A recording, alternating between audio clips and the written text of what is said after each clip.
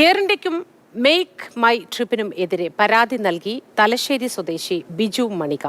കേന്ദ്ര വ്യോമയാന മന്ത്രി റാംമോഹൻ നായിഡുവിനാണ് പരാതി നൽകിയത്.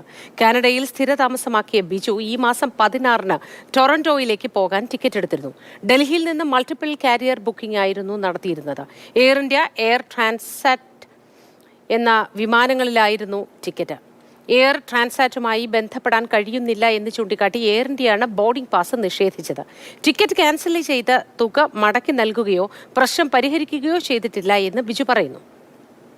എല്ലാ കാര്യങ്ങളും ശരിയാണ്. നിങ്ങൾ ട്രാൻസ്ലേറ്റ് ചെയ്തിട്ടുള്ള എയർ ഇന്ത്യയുടെ പ്രശ്നമാണ്. ഞാൻ എയർ ഇന്ത്യയോട് സംസാരിക്കട്ടെ, എന്നിട്ട് ഒന്നിക്കൽ ടിക്കറ്റ് ചേഞ്ച് ചെയ്യാം, അല്ലെങ്കിൽ റീഫണ്ടാണോ എന്താണ് ഉദ്ദേശിക്കുന്നത് നമുക്ക് ചെയ്യാം എന്ന് പറഞ്ഞിട്ട് തന്നെ വിട്ടു. ഇന്ന് നോക്കും പറയുന്നത് ടിക്കറ്റ് ചേഞ്ച് ചെയ്യാൻ പറ്റുന്നില്ല, എയർ ഇന്ത്യ സമ്മതിക്കുന്നില്ല, എയർ ഇന്ത്യ അതുകൊണ്ട് ഞങ്ങൾക്കൊന്നും ചെയ്യാൻ പറ്റില്ല, ഇത് ഞാൻ പറഞ്ഞ പോലെ റീഫണ്ട് ഓപ്ഷൻ നടക്കില്ല, നിങ്ങൾക്ക് ആകെ പറ്റിയ 2000 രൂപ മാത്രമേ എനിക്ക് തരാൻ പറ്റുന്നു. ഞാൻ 72,930 രൂപ കൊടുത്തതാണ്.